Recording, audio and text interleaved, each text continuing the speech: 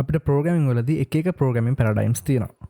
එතොට මේ programming paradigm කියල කියන්නේ අපිට ප්‍රෝග්‍රමින් කරන්න පුළුවන් ස්ටයිල් එකට ඔබ්ෙක්ට ෝරියන්ටඩ් ප්‍රෝග්‍රමින් එහෙමත් නැත්තම් ඩබල්ලෝප කියන්නේ මේ වයින් ගොඩක් පොපියුල ප්‍රෝගමින් පැරඩයිම්ම ඩබල්ලෝප වලදී අපි ප්‍රධාන වශයෙන් කන්සෙප් 4ක් ගැන කතා වෙන මේට අපි කියන the 4 pillars of object oriented programming කියලා. ඉති අප මේ නම් කරොත් එහෙම Encapsulation, Abstraction, Inheritance සහ Polymorphism කියන්නේ මෙන්න මේ හතර. අද වීඩියෝෙන් අපි කතා කරනවා මොනවද මේ concepts කොහොමද එකිනෙකට රිලේට් වෙන්නේ සහ මේ concepts කොහොමද අපිට උදව් වෙන්නේ හොඳ better code එකක් ලියන්න කියලා. Hi guys, මම රුසිරු. ඉතින් ඔයා මේ channel එකට අලුත් එක්කෙනෙක් නම් වීඩියෝ එකට යන්න කලින් channel එක subscribe කරලා notifications on කරගෙන ඉස්සරහට එන videos ඉක්මනටම ඔයාලකට ගෙන්න ගන්න. එහෙනම් අපි වීඩියෝ එකට යමු. Object oriented programming වලට කලින් අපිට තිබේ procedural programming කියලා එකක්. මොකක්ද මේ procedural programming කියලා කියන්නේ? Procedural programming වලදී අපි අපේ program එක data සහ functions විදිහට තමයි වෙන් කරන්නේ. එතකොට මේ functions මේ data මත වැඩ කරලා තමයි අපේ ඕන operations ටික කරගන්නේ. මේකේ තියෙන ප්‍රශ්නේ තමයි අපේ program එක grow වෙන්න ගනිද්දී අපිට මේ code එක maintain කරගන්න අමාරු වෙනවා සහ අපිට ගොඩක් තැන්වල අපේ code එකේ repetitions බලා ගන්න පුළුවන් වෙනවා. ඒ වගේම තමයි අපි එක තැනක මොකක් හරි change එකක් කරොත් එක function එකක් change කරොත් මේක අනිත් functions ගොඩකට බලපෑමක් වෙනවා.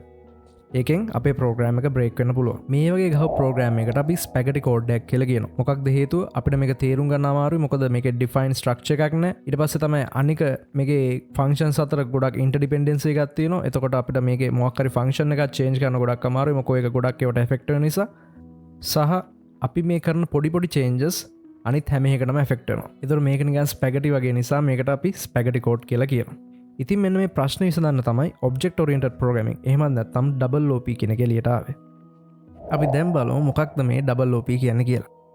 අපිට double OP වලදී concept එකක් තියෙනවා classes සහ objects කියලා. object oriented programming වලදී කරන්නේ අපේ data සහ ඒවට related methods එහෙමත් නැත්නම් behaviors එක single unit එකකට ගන්න එක. අපි මේ unit එකකට කියනවා class එකක් කියලා. එතකොට මේ class එකක් කියන්නේ අපි objects හදන්න ගන්න blueprint එකට. අපි මේ ක්ලාස් එක යූස් කරන හදන ඉන්ස්ටන්ස් වලට අපි කියනවා ඔබ්ජෙක්ට්ස් කියලා.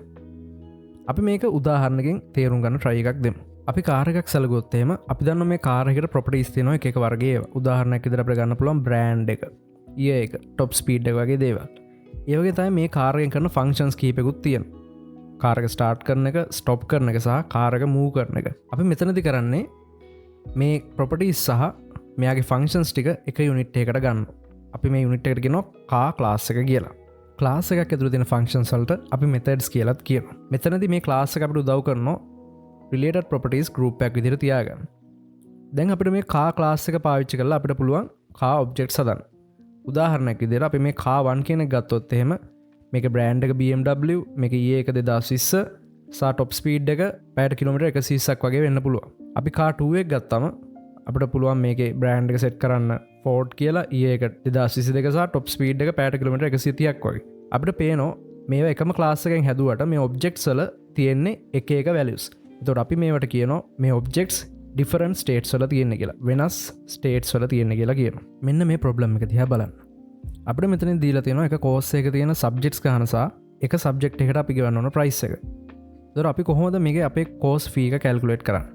ඒතකොට අපිට පුළුවන් මේක සරලවම සබ්ජෙක්ට්ස් ගන්න වැඩි කිරීම සබ්ජෙක්ට් එකකට ප්‍රයිස් එක කියලා අපිට මේක කැල්කියුලේට් කරන්න පුළුවන්.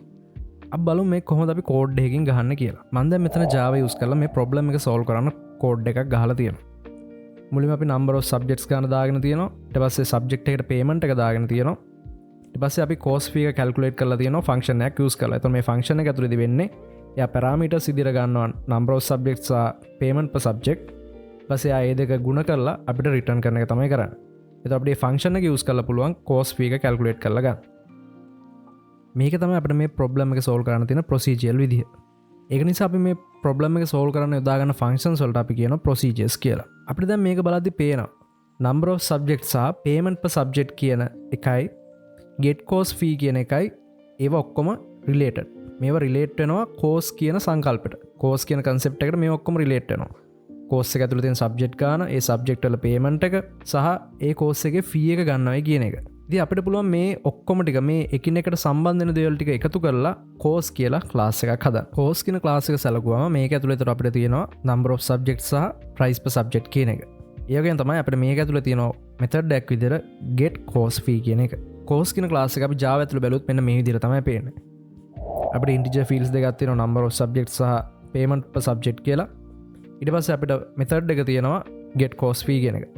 එතකොට මේකෙන් අපිට return කරන්නේ number of subjects ගුණ කිරීම payment per subject කියන එක. මෙතනදී පේනවා මේ course එකට related දේවල් ඔක්කොම fields සහ methods අපි මෙතන එක unit එකකට අරගෙන තියෙනවා course කියලා class unit එකකට. එතකොට මේ එකිනෙකට related data සහ methods bundle කරන එකට එම් බන්ඩල් කරලා තනි යුනිට් එකක් හදන එකට අපි කියනවා encapsulation කියලා.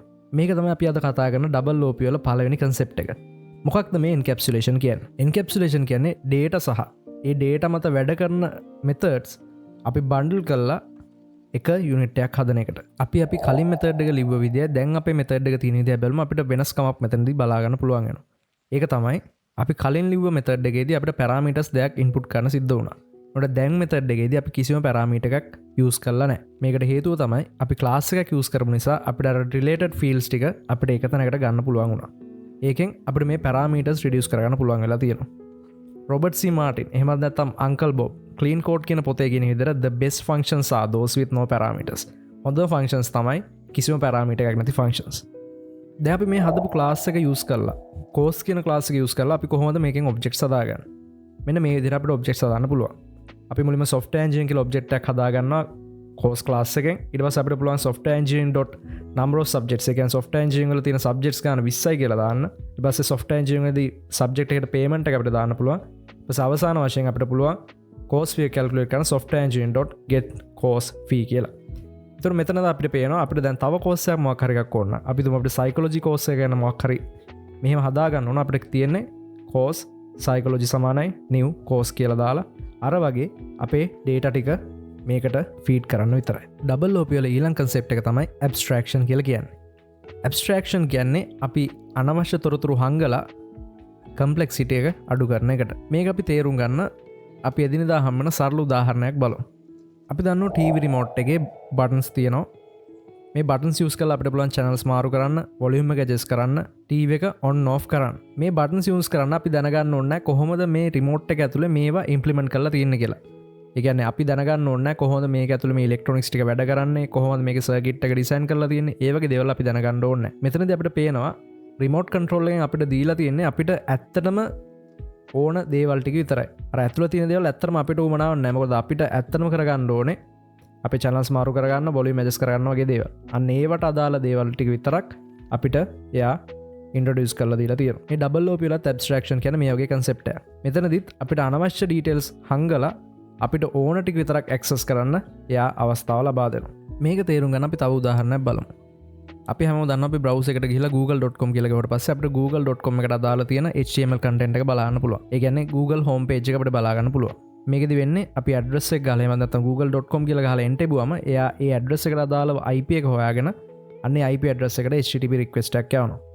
අන්න ඒ request එකෙන් අපිට හම්බෙන response එකෙන් අපි HTML content එක display කරන එක තමයි කරන්නේ. මේක අපි සරල code එකකින් බලමු. මෙතනදී browser කියලා class එකක් හදලා තියෙනවා. මේක ඇතුලේ methods තුනක් තියෙනවා. එකක් navigate, එකක් send HTTP request, අනිත් එක find IP address. අපිට ඇත්තටම එළියට පෙන්වන්න ඕනේ මෙන්න මේ navigate කියන method එක විතර. මොකද HTTP request එක send කරන එක වගේම IP address එක හොයාගන්න කියන දේ එළියට වැදගත් නැහැ. අපිට ඕනේ enter බුවට පස්සේ අදාළ page එකට යන එක විතරයි. එහෙනම් අපිට navigate කියන එක විතරයි එළියට පෙන්වන්න. දැන් මේ හදලා තියෙන විදිහට අපි use කරොත් මොකද වෙන්නේ කියලා බලමු. මෙතන අලුතෙන් browse object එකක් හදලා තියෙනවා. දැන් අපි මේ browse object එකෙන් අපිට access කරන්න පුළුවන් දේවල් මොනවද කියලා බැලුවොත් අපිට පේනවා find IP address, navigate සහ send HTTP request කියන තුනම පේනවා. ඇත්තටම අපිට මෙතනදී ඕනේ navigate කියන එක විතරයි. ඉතින් කොහොමද අපි මේකෙදී navigate කියන එක විතරක් එළියට පෙන්වන්නේ? අපිට පුළුවන් මේකෙදී අපි use කරන inner representation එක. ඒ කියන්නේ HTTP request එක send කරන එක සහ IP address එක හොයනවා කියන දේවල් අපිට private කරන්න. එතකොට ඒවා class එක ඇතුළතදී විතරයි access කරන්න පුළුවන්. අපිට මේකෙදී එළියට පෙන්වන්න ඕනේ navigate කියන එක විතරයි. navigate කියන එක ඇතුළතදී HTTP request එක send කරන එක IP address එක හොයාගන්න එක use වෙනවා. ඒක ඇත්ත. ඒක වෙනකොට අපිට එළියට පෙන්වන්න අවශ්‍යතාවක් නැහැ. ඒක නිසා අපි කරන්නේ ඒවා private කරනවා. දැන් අපිට පේනවා අපි browse object එකක් හදලා ඉවරලා ඒකෙන් අපිට access කරන්න පුළුවන් මොනවද කියලා බැලුවොත් අපිට මෙතනදී බලා ගන්න පුළුවන් වෙන්නේ navigate කියන එක විතරයි. අපිට කලින් තිබ්බ request send කරන එකයි IP address එක හොයාගන්න එකයි දැන් අපිට බලා ගන්න විදිහක් නැහැ. අපිට ඇත්තටම ඕන කරන්නේ navigate කියන එක විතරයි. double OP වල ඊළඟ concept එක තමයි inheritance කියලා කියන්නේ. අපි මෙතනදී කරන්නේ classes කිහිපයකට පොදු behavior එක අපි තනි class එකක් ඇතුළට ගන්නවා. අපි මේකට කියන සුපර් ක්ලාස් එක එහෙම නැත්නම් පේරන්ට් ක්ලාස් එක කියලා. එතකොට අපිට පුළුවන් ක්ලාසස් හදලා මෙන්න මේ පේරන්ට් ක්ලාස් එකේ තියෙන behaviors inherit කරන්න. අපි මේක තේරුම් ගමු මෙන්න මේ විදිහට. අපි ගාව දැන් තියෙනවා text box class එක සහ button class එක.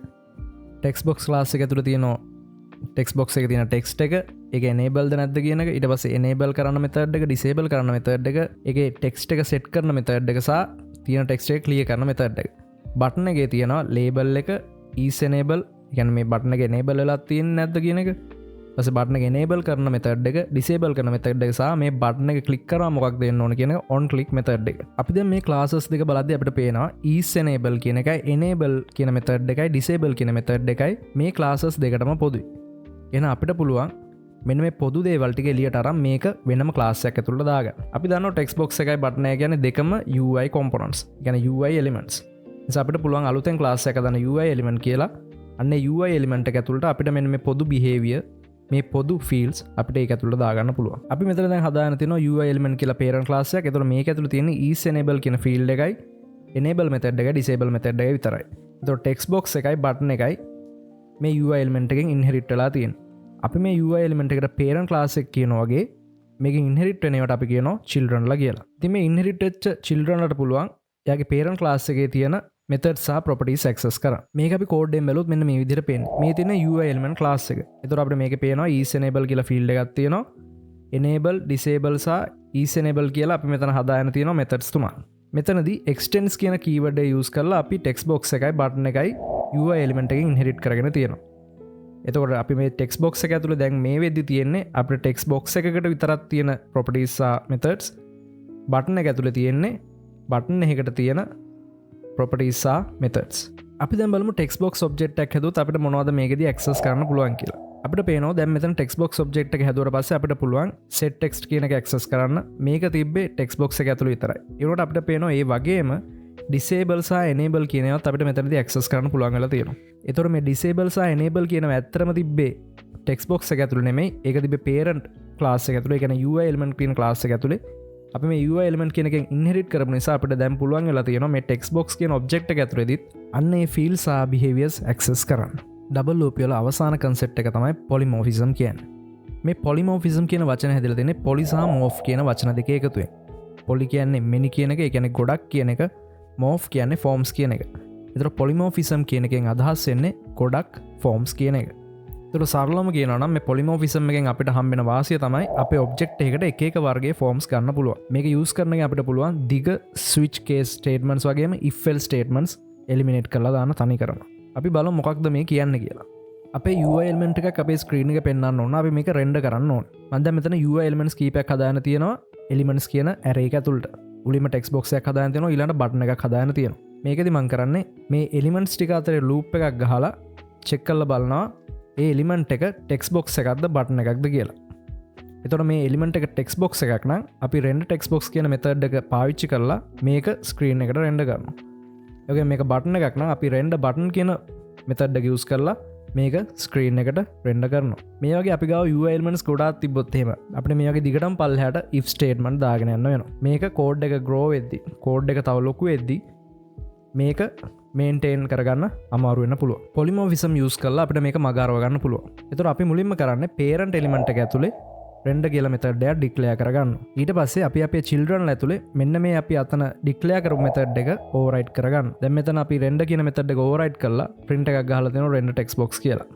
මේ වගේම අපි button class එකටත් කරගන්න ඕනේ. දැන් අපි බලමු අපි මේ polymorphism use කරාට පස්සේ අර කලින් තිබ්බ code එක මොකක්ද වෙන්නේ කියලා. දැන් අපිට පුළුවන් if else දාන්නේ නැතුව කෙලින්ම element.render කියලා use කරලා අපේ මේ UI element එක render කරගන්න. අපි කතා කරා object oriented programming වල. එහෙමත් නැත්නම් double OP වල main concepts 4.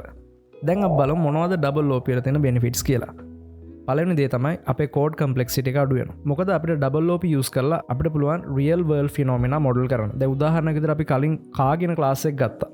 ඒතර අපිට පුළුවන් ඒක real world තියෙන විදිහම අපිට program එක ඇතුලේ model කරගන්න. ඊළඟ දේ තමයි අපේ code එක maintain කරන්න ලේසි වෙනවා. මොකද කොහේ හරි අපේ code එක change එකක් කරන්න ඕන නම් අපි ඒ change එක කරන්න ඕන එක තැනක විතරයි. මේක තව තේරුම් ගන්න අපි මෙන්න මේ විදිහට බලමු. අපි දැන් කාර් එකක් ගත්තොත් එහෙම මේ කාර් එකේ රෝදේ ප්‍රශ්නයක් තියෙනවා නම් අපි ඒ කාර් එකේ රෝදේ විතරයි ඇත්තටම අයින් කරන්න ඕනේ.